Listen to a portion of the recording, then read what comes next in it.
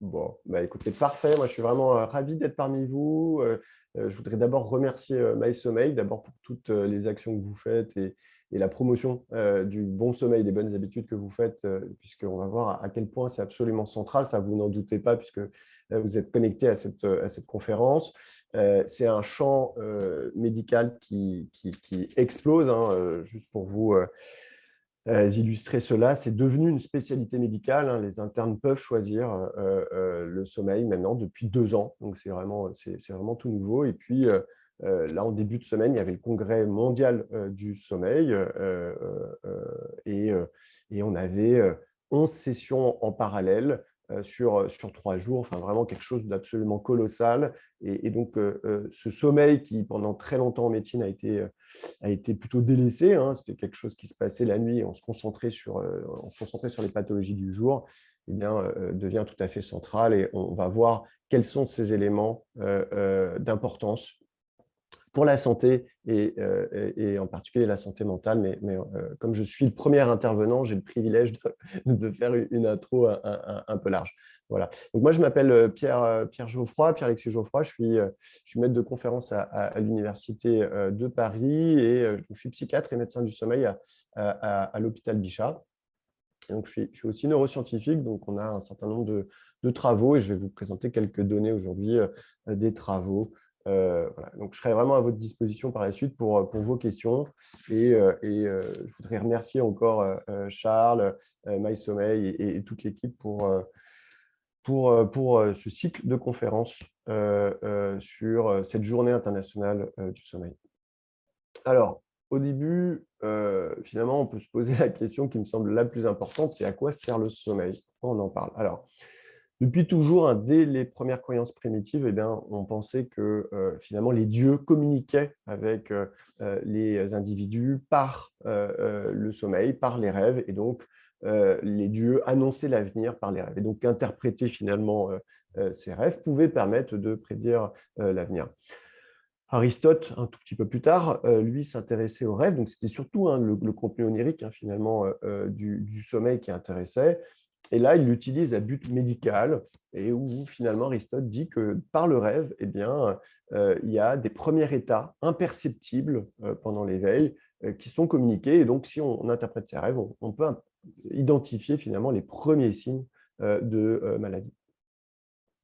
Galien, lui, pensait que le sommeil était utile aux humeurs. Vous savez, c'était la théorie des humeurs à l'époque pour aller bien, et que selon l'évolution de la maladie, l'éveil ou le sommeil peuvent être utilisés comme régulateurs de ces humeurs.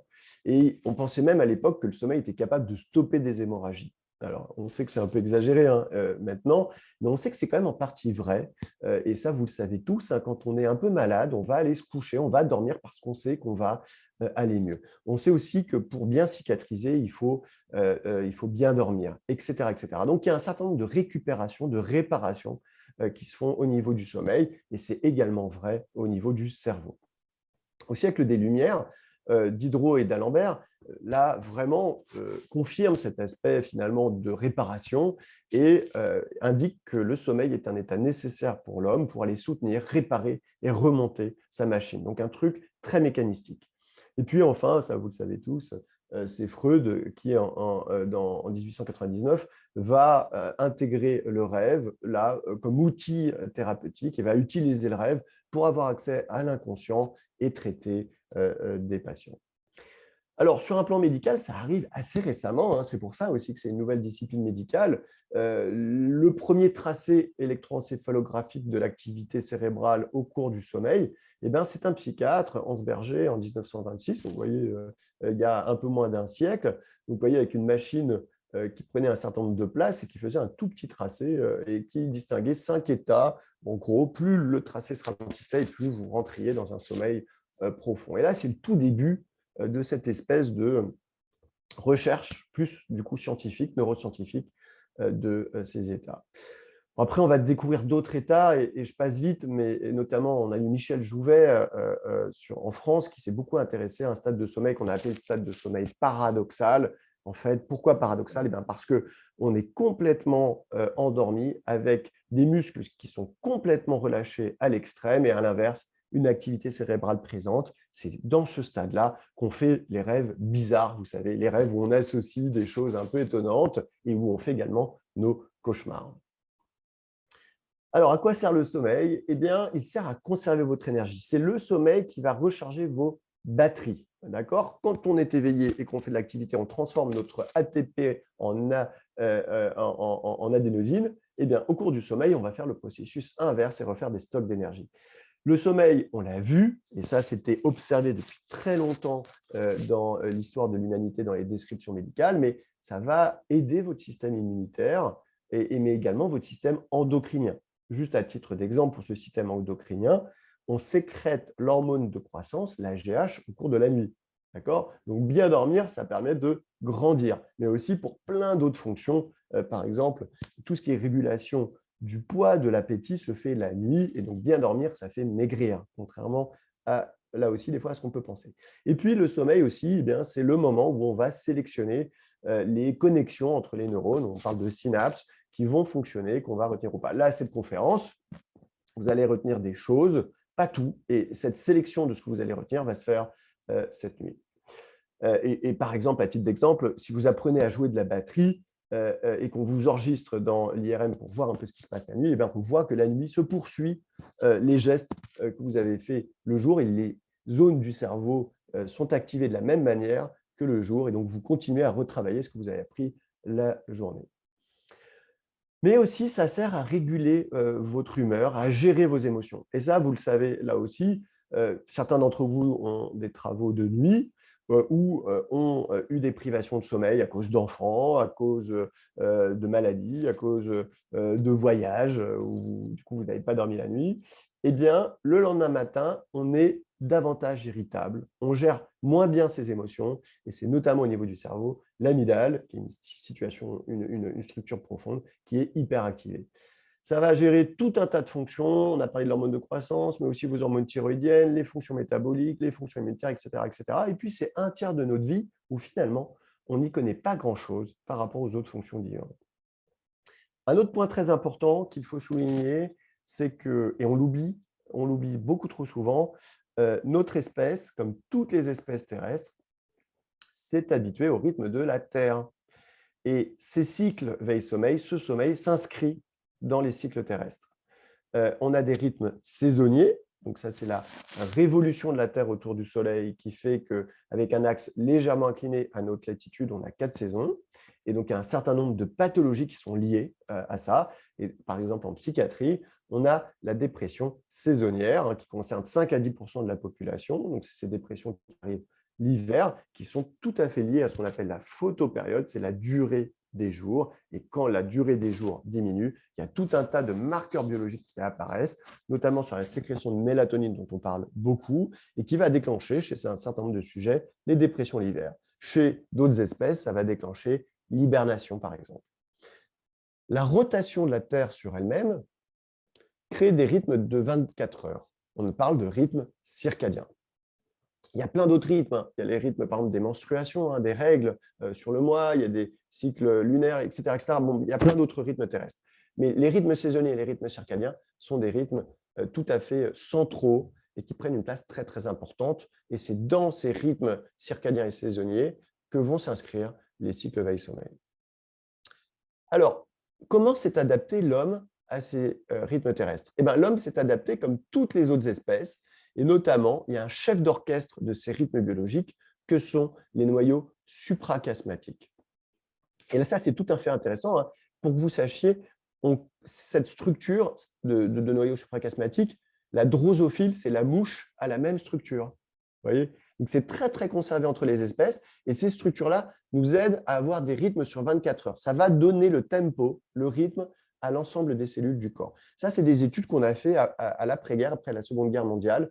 Vous savez, il y avait ces études où on mettait les gens dans des grottes et on observait ou pas des rythmes naturels. Et ce dont on se rend compte, c'est que sans synchroniseur externe, eh ben, on a des rythmes endogènes, c'est-à-dire propres à l'individu. On n'a pas besoin de la lumière ou d'autres synchroniseurs. On a une sorte de coucou suisse comme ça à l'intérieur qui tourne sur 24 heures.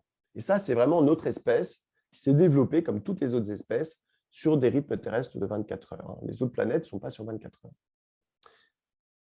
C'est tout à fait passionnant, c'est tout à fait intéressant et les premières démonstrations de ça ont été faites chez la plante, en fait, même chez le nénuphar. Le nénuphar ouvre ses feuilles le jour, les ferme la nuit. On pensait que c'était grâce à la lumière, donc c'est le tournesol fait ça, enfin, il y a plein de plantes qui s'adaptent comme ça. Eh bien, quand vous mettez un nénuphar dans de l'obscurité constante, dans du noir constant, il continue d'ouvrir et de fermer ses feuilles. Donc même les plantes ont une horloge comme ça interne. Il y a une autre grande structure cérébrale qui est la glande pinéale qui sécrète la mélatonine. Mélatonine, vous avez beaucoup entendu parler, et qui est l'hormone de l'obscurité. Quand il fait noir, la mélatonine se sécrète, et dès qu'il y a la lumière, la mélatonine est inhibée. Et cette horloge, maintenant que vous comprenez, qui est très génétique, très conservée, très codée entre les espèces, va se synchroniser à l'aide de signaux environnementaux. Et le principal, c'est la lumière. Mais il y a aussi plein d'autres signaux environnementaux, par exemple les rythmes alimentaires. Vous le savez, si vous voyagez en Amérique ou en Asie, vous allez avoir faim à des mauvais moments de la journée, puis vous allez mettre plusieurs jours à synchroniser votre horloge. Et malheureusement, l'homme a ce talent pour avoir des synchroniseurs ou désynchroniseurs autres. Et donc, le travail, la pression sociale, les écrans, vous savez notamment les écrans dits à LED avec la lumière bleue qui va inhiber cette sécrétion de mélatonine, mais aussi on parle beaucoup de pollution lumineuse qu'on fait vivre à notre espèce, mais pas que. Et puis les rythmes sociaux, les interactions sociales vont synchroniser ou plutôt désynchroniser l'horloge, retarder. Tout ce qui est substance, notamment l'alcool, va altérer les rythmes biologiques. Et puis maintenant, on a les nouvelles technologies. Et puis le soir, on va se coucher en se connectant sur Facebook, Instagram, Twitter, etc., les mails. Et puis on va malheureusement avoir plein de liens sociaux qu'on n'aurait pas pu avoir sans et donc désynchroniser notre horloge. Et puis voilà, donc on a ce qu'on appelle les core clock genes, donc c'est les gènes principaux de l'horloge. Ça tourne comme ça sur 24 heures, il y en a à peu près 24-25 et une sorte de coucou suisse comme ça dans toutes les cellules du corps, mais vraiment tout à même vos os ont ces cellules et ça tourne sur 24 heures comme ça. Tous les organes tournent sur 24 heures. Et tout ça est très génétique. Et la manifestation de cette horloge, c'est ce qu'on appelle le chronotype. C'est le fait d'être du matin ou du soir. Et ça, c'est souvent très amusant. Vous savez dans votre famille qui est du matin ou qui est du soir. C'est souvent même l'objet de blagues un peu familiales. Et bien ça, c'est très génétique. Et donc, voilà. Alors, la bonne nouvelle, c'est que pour ceux qui sont du soir, cette horloge se matinalise en vieillissant. Donc, vous allez vous améliorer en vieillissant. Par contre, ceux qui sont du matin, vous allez vous aggraver. Vous allez être encore plus du matin. Ouais. Un autre grand processus pour le sommeil, donc ça, c'est le processus qu'on appelle circadien, vous avez compris. Un autre grand processus, c'est le processus homéostatique. Plus vous êtes éveillé, plus vous avez envie de dormir. C'est cette adénosine qui va s'accumuler.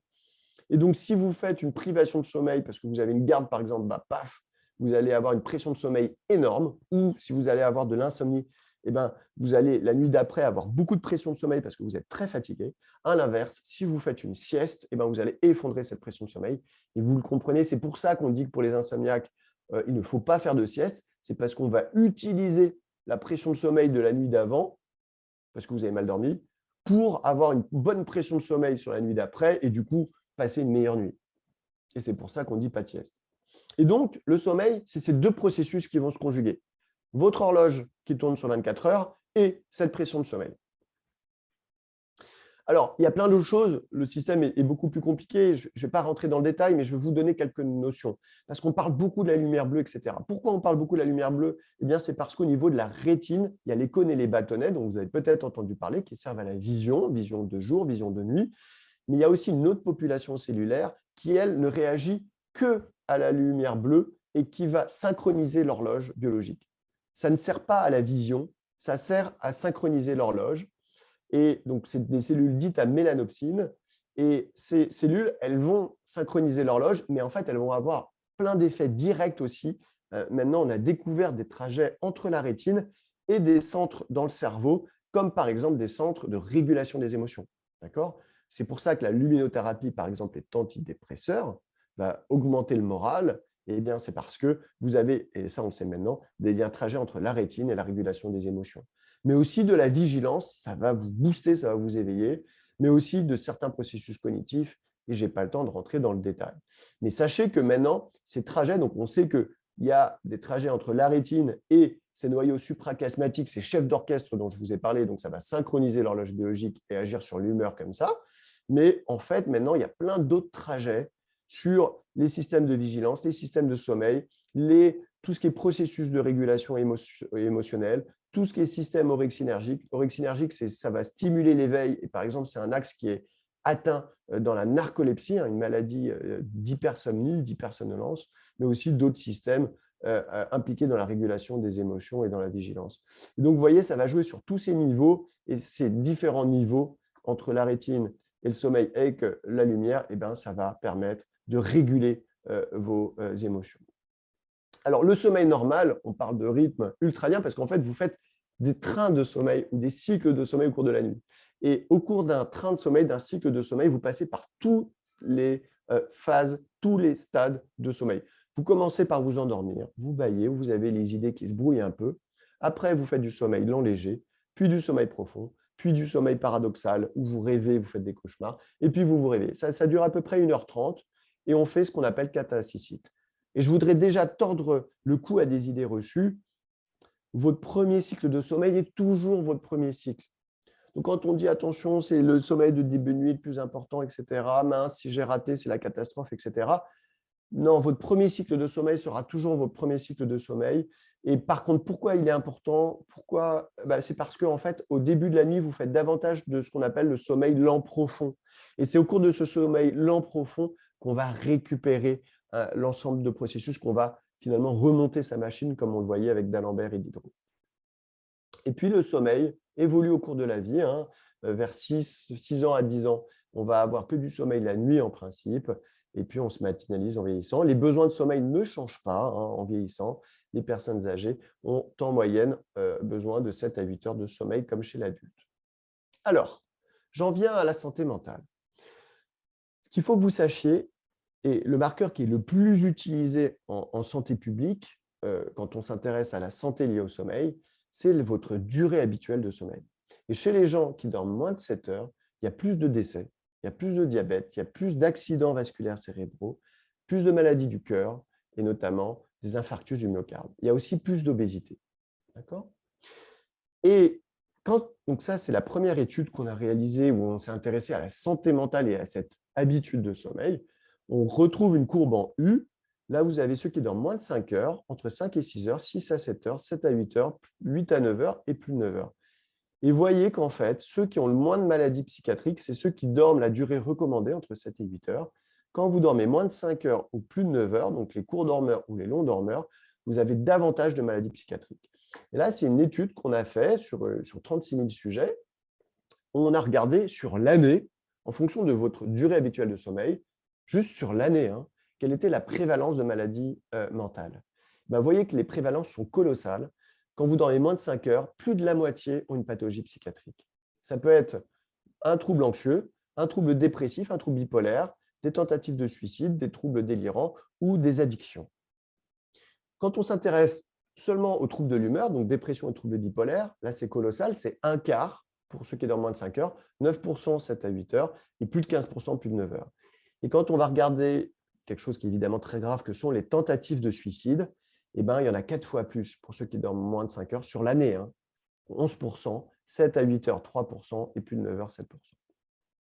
Alors, je ne vais pas rentrer dans le détail, mais sachez que maintenant, on sait quels sont les processus biologiques, physiologiques qui sous-tendent ces liens. Ça va toucher à la fois, il y aura des processus inflammatoires, de stress oxydatif, de coagulation, métabolique, et puis il y a des dysrégulations émotionnelles qui apparaissent, et là, on connaît très très bien maintenant comment ça fonctionne et dans quelles aires cérébrales. Ça va entraîner des troubles psychiatriques, mais c'est ce qui va aussi entraîner des troubles cardiovasculaires, mais aussi des cancers. Et on a une espèce de cercle vicieux comme ça entre ces pathologies. La plainte de sommeil, c'est vraiment la partie émergée de l'iceberg.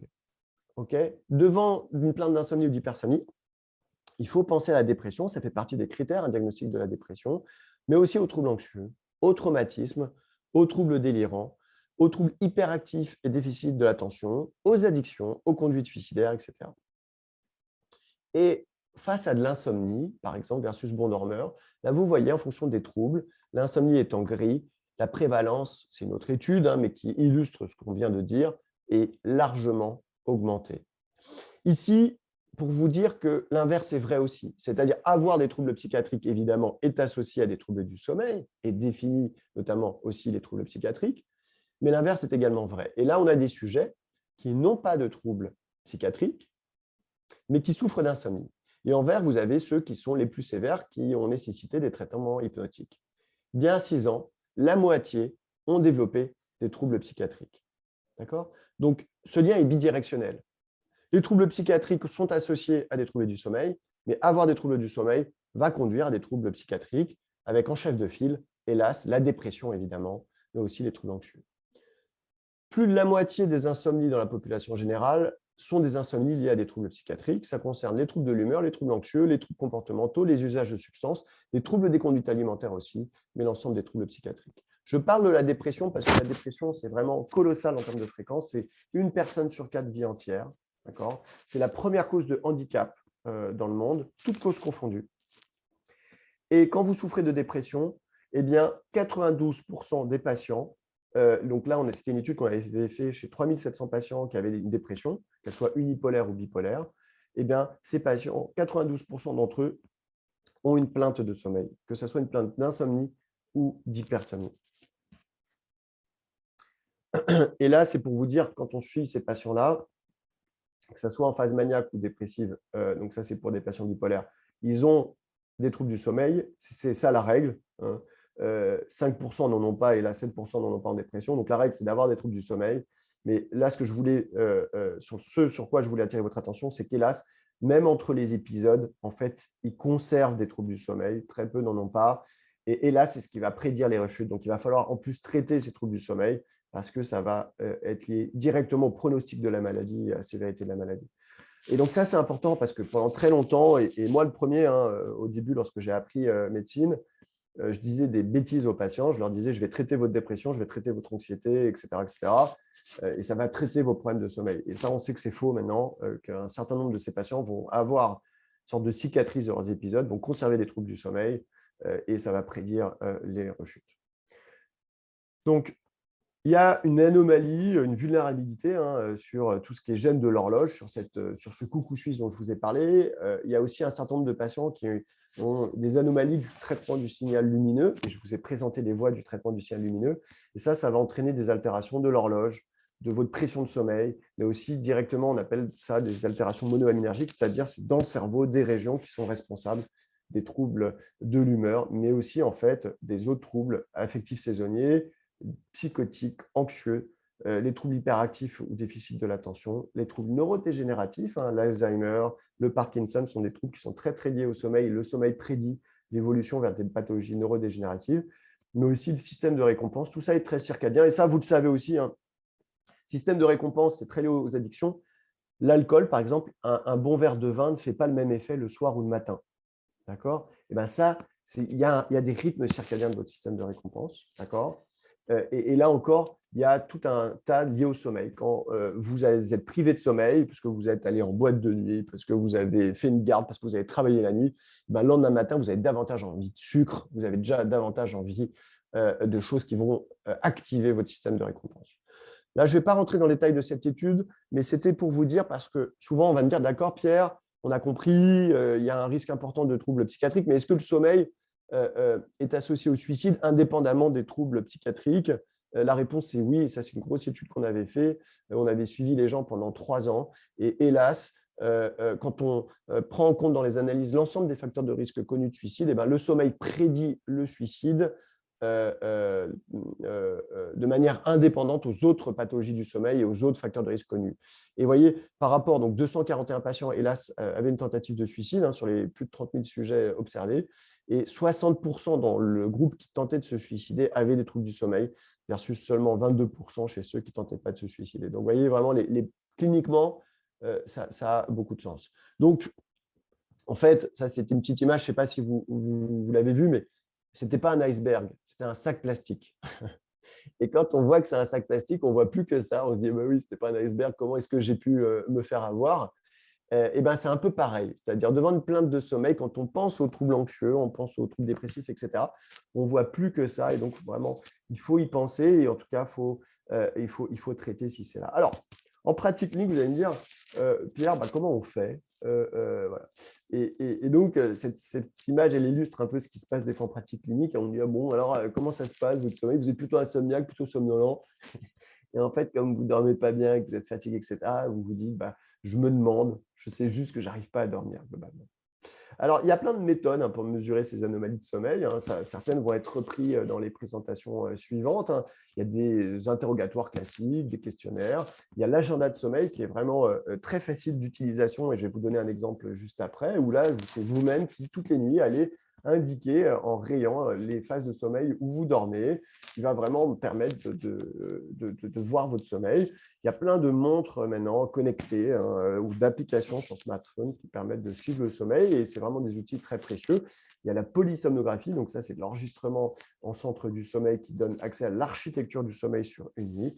Et puis il y a plein de mesures biologiques et notamment de la mélatonine, du cortisol, de la température centrale ou des analyses génétiques qui peuvent permettre d'observer ces gènes circadiens dont je vous ai parlé. Donc là, par exemple, c'est l'agenda du sommeil qu'on utilise dans notre centre Chronos. Il est en téléchargement libre sur Internet. Vous pouvez le retrouver. Alors, le lien est un peu long, mais si vous tapez Centre Chronos Paris 18e ou GHU, vous tombez dessus, vous pouvez le télécharger gratuitement. Eh bien, vous allez, vous voyez, par exemple, là, c'est l'exemple d'une nuit. Donc, le patient là va se coucher vers 23h30. Là, il va mettre 2h30 à se coucher. Là, vers 2h, enfin, il dort. R, c'est qu'il a un demi-sommeil. Il va se réveiller, il va avoir un éveil long d'1 heure, puis il va se rendormir 2 heures. Et puis, il va lutter pendant 2 heures en essayant de dormir, mais en restant dans le lit. Malheureusement, il ne dort pas. Et à 10 heures, paf, il sort de son lit. Voilà. Et là, on va coter la qualité du sommeil, la qualité du réveil, la forme dans la journée, la qualité de l'humeur. Là, nous, on a rajouté une case pour le contenu onirique, c'est les rêves, les cauchemars que vous faites, et puis les remarques que vous allez mettre au médecin. S'il y a un aspect éducatif, je l'ai mis entre parenthèses parce que je n'aime pas trop ce terme-là, mais faites-en l'expérience. Moi, évidemment, je l'ai fait, mais faites-en l'expérience. Le fait de noter ces rythmes veille-sommeil, ça vous renseigne sur vos habitudes de sommeil et d'emblée, vous vous rendez compte de plein de choses que vous faites et vraiment, c'est vraiment précieux. Il faut le faire au moins 2 à 3 semaines pour un peu avoir un reflet de ces rythmes veille-sommeil. Et là, par exemple, c'est l'exemple d'un de mes patients qui souffrait d'insomnie. Vous voyez, donc vous avez du sommeil qui est réduit dans sa durée. Il y a certaines nuits, c'est 5 heures ici, 4 heures là, 4 heures également, avec une variabilité importante de ses rythmes et de ses couchers. Là, il a fait 2 siestes ici. Un maintien du sommeil qui est difficile, puisqu'il y a des réveils précoces par moment. Vous voyez, voilà, ici, 4 heures, 5 heures. Et donc, ça permet de caractériser en fait sa plainte d'insomnie. Et puis, on va faire des recommandations. Et là, c'est probablement la slide la plus importante que je vais vous montrer de ma présentation. Et donc, je vous demande de porter d'attention sur cette présentation. On traite 90% des patients juste avec ces habitudes liées au sommeil. Alors, selon vous, qu'est-ce qui est le plus important dans le sommeil? Est-ce que c'est le réveil ou est-ce que c'est le coucher? Donc, voilà, vous pouvez, si vous voulez, voter un peu sur le chat. Je vous laisse un peu réfléchir. Voilà, donc Nicolas a déjà répondu. Peut-être d'autres, vous avez aussi un peu réfléchi. Ah, Alexandra dit les deux. Le coucher Valérie, le coucher Karine, le coucher Sylvie. Claudine dit le réveil. Eh bien, Claudine, vous avez raison. C'est le réveil, contrairement à tout ce qu'on a appris, tout ce qu'on a dit. Moi, mes parents m'ont répété pendant toute mon enfance, couche-toi tôt, machin, c'est important, etc. Eh bien non, c'est le réveil. Et pourquoi? C'est assez logique. On a tous un besoin de sommeil. Globalement, vous le savez, après la 2e semaine de vacances, sans rythme contraint, sans enfant qui vous réveille, etc., vous avez une idée de ce que, en étant bien, sans privation de sommeil, vous avez besoin. Voilà. C'est 7 heures, 8 heures en moyenne. Certains, c'est 9 heures, d'autres, c'est un peu moins. Et donc, si vous fixez votre réveil tous les jours de la semaine, même pendant les vacances, comme vous avez un besoin de sommeil, eh bien, votre coucher de lui-même va se synchroniser. Et cette régularité des rythmes est absolument essentielle et on dit qu'il ne faut pas trop se décaler. Et le week-end, pas plus de 1h30. Voilà, d'accord? Parce qu'on ne récupère pas le week-end au-delà de 1h30. On va décaler son horloge surtout. Donc, attention à la régularité et surtout, fixez votre lever. Pas de sieste. Là, le pas de sieste, vous l'avez compris, c'est pour les gens qui ont un trouble du sommeil. Ceux qui n'ont pas de trouble, pourquoi pas? Mais si vous souffrez d'insomnie la nuit, il faut conserver une bonne pression de sommeil pour la nuit suivante et utiliser cette pression de sommeil pour vous traiter de l'insomnie. Donc ça, c'est absolument essentiel. Après, dans certaines cultures, il y en a qui font la sieste et donc qui ont l'habitude de faire des cycles de sommeil. Mais dans ce cas-là, il faut la faire tous les jours. D'accord? Et donc, par exemple, dans le sud, il y a certains qui font la sieste tous les jours. Et ben là, à ce moment-là, vous faites un cycle de sommeil en journée et il faut que ça soit tous les jours. D'accord? Et donc, c'est comme ça, on parle de sommeil polyphasique, on pourra en reparler. L'activité, donc plutôt le matin, ça va augmenter votre température centrale et ça va être un signal d'éveil fort. Le soir, pas de café, pas de stimulant. Les recommandations françaises, ce n'est pas après 16 heures. Les Canadiens sont même plus durs que nous, ils disent 14 heures. Mais globalement, vous comprenez l'idée. Voilà. Le café, pourquoi on le prend? En fait, le café est un antagoniste de l'adénosine et donc ça va jouer sur cette pression de sommeil. Ça va dissimuler votre pression de sommeil. Vous voyez? Donc, du coup, vous n'avez pas envie de dormir au moment de vous coucher si vous avez pris un café trop tard. Alors, ça dépend des gens. Il y en a qui sont très sensibles, d'autres pas du tout sensibles. Dîner léger le soir. Pourquoi? Parce que si vous dînez trop lourd, trop copieux le soir, vous allez perfuser votre estomac, ça va augmenter votre température centrale, vous allez avoir du mal à diminuer votre température et à vous endormir. La lumière, elle est essentielle. La lumière, on en a besoin. Il en faut le matin. Et j'ai vu que dans le chat, il y avait des questions sur cette lumière, sur la lumière bleue, etc. Il y a une espèce en ce moment de diabolisation de la lumière bleue. Il faut s'en protéger le soir, puisque vous l'avez compris, ça inhibe votre sécrétion de mélatonine, mais on en a besoin en journée de cette lumière bleue. On en a excessivement besoin. C'est un booster. En plus, là, on manque de lumière actuellement, on est l'hiver. Donc, par exemple, les filtres de lumière bleue sur les lunettes, c'est une connerie, hein. Pardonnez-moi l'expression, mais en tout cas, c'est une bêtise en journée. D'accord? On a besoin de cette lumière bleue pour être réveillé. Et donc, en plus, on en manque l'hiver. Donc, la filtrer, la supprimer en journée, c'est vraiment une bêtise, hein. Et justement, Pierre, il y a Hélène qui avait une question sur la lumière bleue des ordinateurs. Est-ce que c'était la même chose? Est-ce que c'était mauvais ou pas? C'est une très bonne question. Merci Charles de relayer. N'hésitez pas à m'interrompre d'ailleurs. Et Charles, si tu vois des questions, tu continues de me couper comme ça. Merci beaucoup. En fait, c'est mauvais le soir, oui, parce que ça va décaler votre horloge, ça va retarder le coucher. Et chez les adolescents, qui pour certains ont un peu du mal à se coucher, il faut 2 à 3 heures avant le coucher essayer de ne pas avoir de stimulation lumineuse qui vont vous réveiller. Mais par contre, en journée, on en a besoin. Et juste pour vous donner un titre d'exemple, midi au soleil ou à la mer, c'est 100 000 lux en termes d'intensité, 100 000 lux. La luminothérapie ou les écrans bleus trop stimulants, etc., c'est 10 000 lux. Et quand on est dans un intérieur, l'intérieur le plus éclairé, c'est les usines, parce que les ouvriers doivent bien voir ce qu'ils font, ce qu'ils manipulent, c'est 1500 lux. Donc, globalement, vous, à votre travail, vous devez avoir 500 lux, enfin voilà, pour ceux qui ne travaillent pas en usine. Donc, en fait, on manque de lumière, on est privé de lumière, globalement, en journée. Donc voilà. Un autre élément important, chez les enfants, l'œil se développe grâce à la lumière bleue. Donc, les enfants ont besoin de lumière bleue. Donc, je pense que c'est une vraie bêtise de mettre des filtres à lumière bleue chez les enfants parce que ça va entraîner, ça va altérer le développement de l'œil qui a besoin de cette lumière polychromatique naturelle. Donc, j'ai passé un peu de temps sur la lumière, mais je pense que c'est tout à fait central et qu'il n'y a pas suffisamment d'informations sur ça.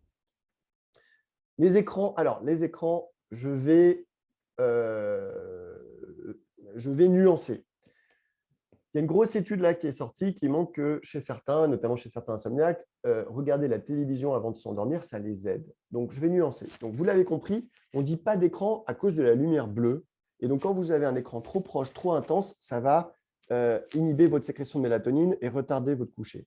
Mais pour certains, regarder la télévision à bonne distance, pas trop éclairé, etc., ça va être un rituel d'endormissement. D'accord? Et ça va les aider à s'endormir. Donc, si pour vous, c'est un rituel d'endormissement, ça ne vous retarde pas, ça ne vous maintient pas éveillé, eh bien, ne tenez pas compte de ce conseil-là, à condition que ça ne soit pas trop lumineux.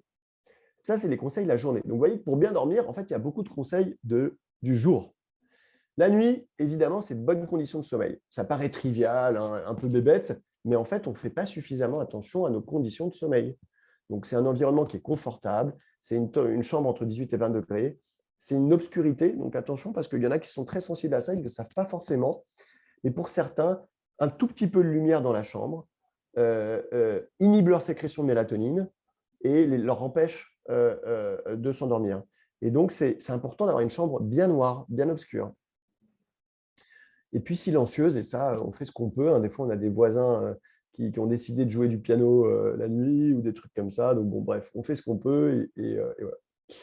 Le lit, c'est pour dormir. Donc, autre conseil, vraiment tout à fait central, tout à fait majeur. Et là, on a tous développé plein de mauvaises habitudes C'est ce qu'on appelle en médecine le contrôle du stimulus. C'est un mot compliqué pour dire qu'en fait, on associe le lit au sommeil. Les enfants, les jeunes enfants notamment, quand vous les mettez au lit, ils pleurent parce qu'ils savent que la journée est finie et surtout, ils s'endorment assez vite. Le lit égale sommeil. Il y a d'autres associations comme ça. Dès que ça roule en train, en avion, hop, il y en a, vous savez, qui dorment. Vous avez votre vieux pote que vous n'avez pas vu depuis 10 ans, vous partez en Italie avec lui, vous dites c'est génial, on va refaire le monde, on fait le TGV, j'ai prévu des jeux, des trucs comme ça, on va pouvoir papoter, ça va être génial. Et puis, pouf, dès que ça roule, il s'endort et vous passez 8 heures tout seul à lire vos livres, etc. Parce que, voilà. Et il y en a qui sont conditionnés comme ça, hein. Dès que la voiture, ça roule, paf, ils s'endorment, etc. Donc l'idée, c'est de réassocier le lit au sommeil et donc de ne faire que dormir au lit et rien d'autre. Et ça, on a tous développé plein de trucs. On va regarder notre tablette, notre portable, on va lire, on va grignoter, on va regarder le film, etc. Et on va désassocier le lit du sommeil. Et donc, par exemple, en cas d'insomnie, si vous avez une insomnie longue au cours de la nuit, il faut sortir du lit, aller au fauteuil, faire une activité calme, douce, lire un livre, etc. Et revenir au lit quand vous sentez que le sommeil revient. Mais on ne reste pas au lit sans dormir. Le conseil est vrai aussi pour les personnes âgées. Malheureusement, certains, à cause de handicap, de limitations fonctionnelles, vont passer 14 heures, 16 heures au lit. C'est une catastrophe. Évidemment, et je vous l'ai dit tout à l'heure, les personnes âgées n'ont pas de besoin de sommeil augmenté. C'est comme les personnes non âgées, ils dorment entre 7 à 8 heures en moyenne. Hein.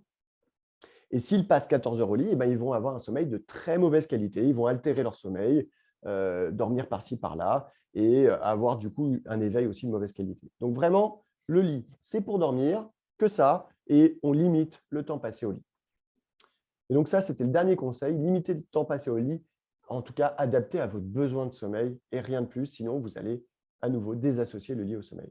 Donc voilà les 10 grandes recommandations. Et vraiment, voyez, je ne fais pas beaucoup de pub pour mon activité clinique hein, parce qu'on traite 90% des patients en travaillant sur ces comportements liés au sommeil. Donc vraiment, c'est vraiment tout à fait central. Et vous voyez, donc on fait en pratique clinique, on fait des prescriptions comme ça, hein, en fonction du patient, on va préciser en fonction de ses habitudes à lui, en fonction de son agenda du sommeil. Voilà. Donc ça, c'est la première étape.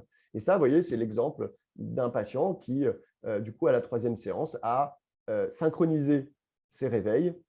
Et donc, un patient qui souffrait d'insomnie hein, de manière très, très importante, qui venait consulter en médecine parce qu'il était embêté par ça depuis une dizaine d'années. Et vous avez un patient qui va synchroniser ses rythmes veille-sommeil simplement de manière comportementale.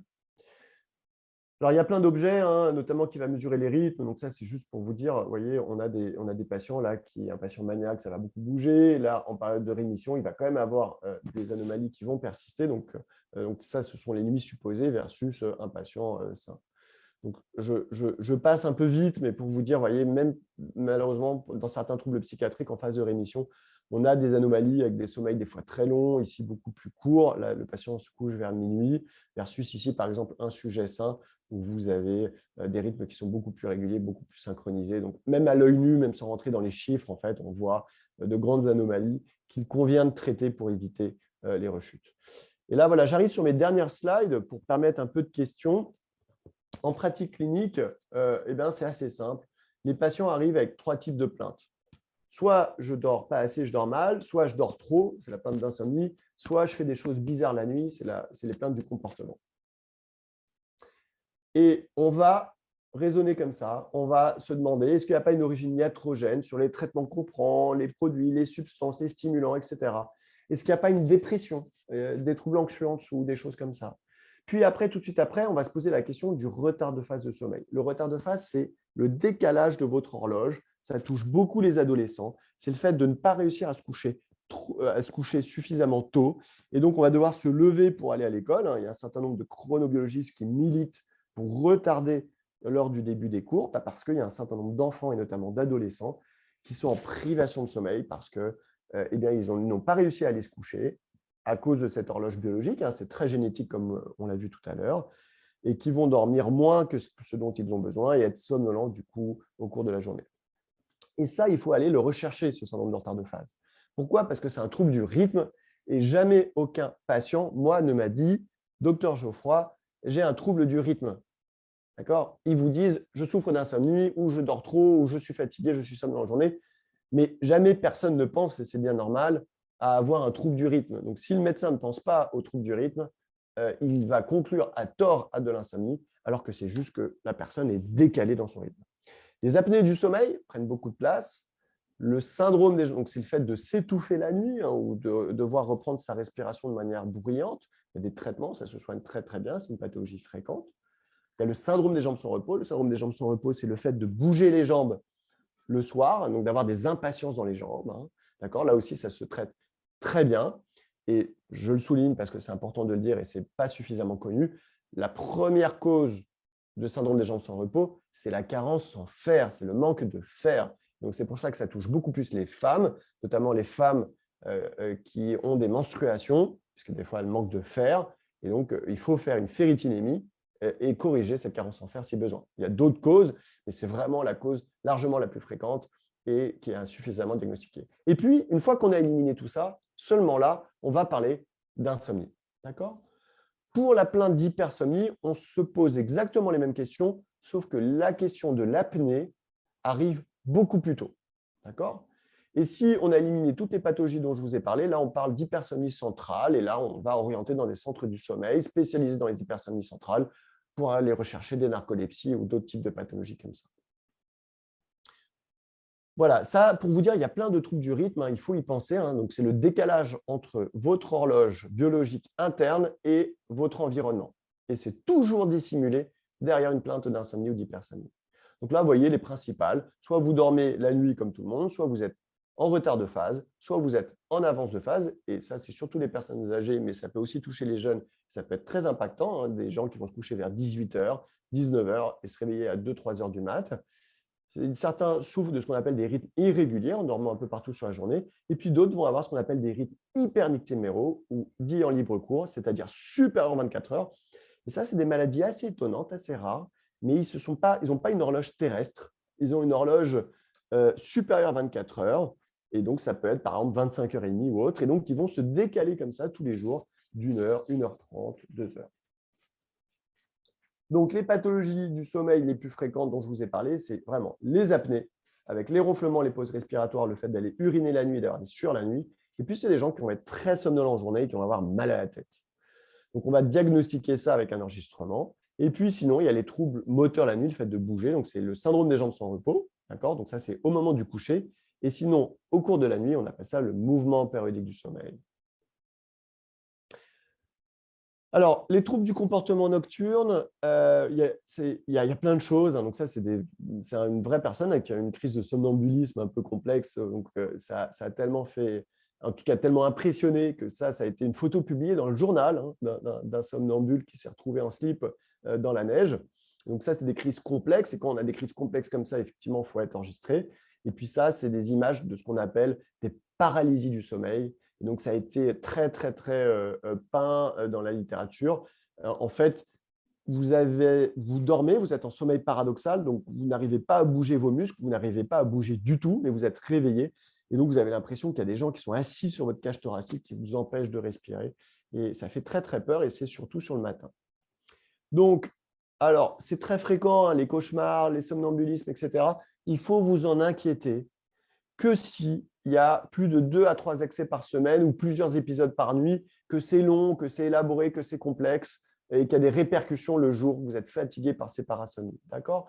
Et nous, en pratique clinique, on va aller rechercher des troubles neurologiques, respiratoires, psychiatriques qui peuvent favoriser ces parasomnies.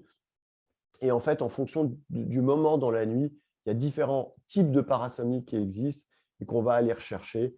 Les plus fréquentes sont les cauchemars, d'accord, les somnambulismes, somniloquies, etc. L'énurésie, surtout chez l'enfant, mais certains adultes en souffrent, c'est le fait d'aller uriner la nuit, et puis les paralysies du sommeil. Voilà.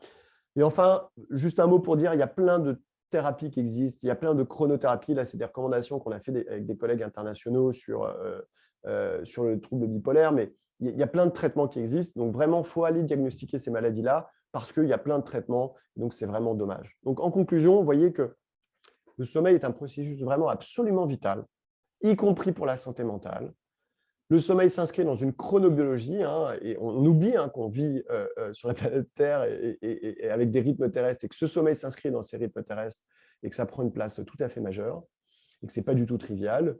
Il y a un lien tout à fait bidirectionnel entre le sommeil et les maladies psychiatriques, ça va dans les deux sens, et qu'il y a de nombreux traitements qui existent, et donc il y a un intérêt d'aller rencontrer des spécialistes, d'aller faire le diagnostic, et que ce travail sur les habitudes veille-sommeil permet vraiment de traiter de nombreux troubles. Et donc maintenant, vous avez plein d'outils pour votre boîte à outils et pour mieux gérer votre sommeil. Voilà, donc merci beaucoup.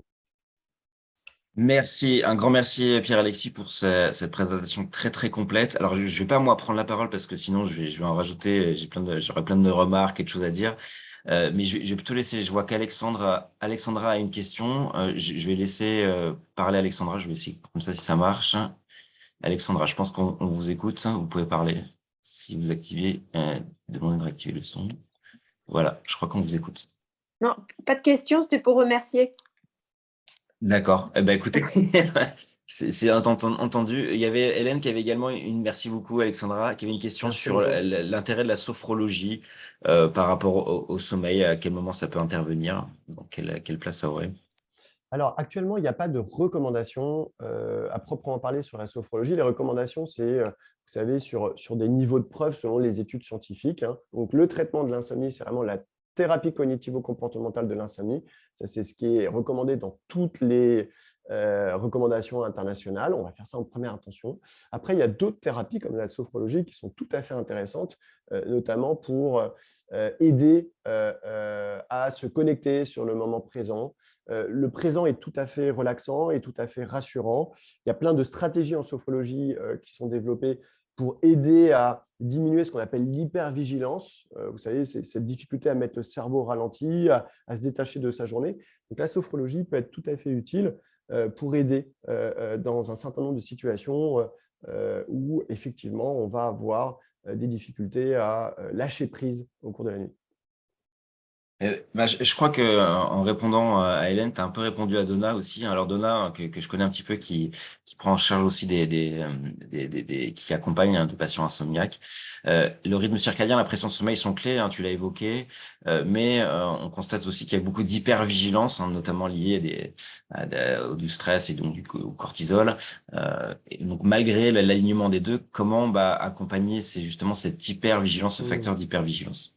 Alors, c'est une très, très bonne question, Donna. Et effectivement, alors nous, ce qu'on aime beaucoup dans le service, on a développé une thérapie aussi, c'est on a intégré de la relaxation, notamment respiratoire. On a intégré des thérapies dites en pleine conscience, tout ce qui est mindfulness, pour essayer justement de diminuer ces signaux d'hypervigilance. Il y a aussi ce qui est thérapie cognitive pour essayer de travailler sur ce qu'on appelle les pensées dysfonctionnelles, les biais cognitifs, etc. Parce qu'il y a souvent plein de… Je vous donne un exemple très concret pour vous illustrer ça sur les thérapies cognitives, parce que ça paraît sorcier, mais ça ne l'est pas du tout.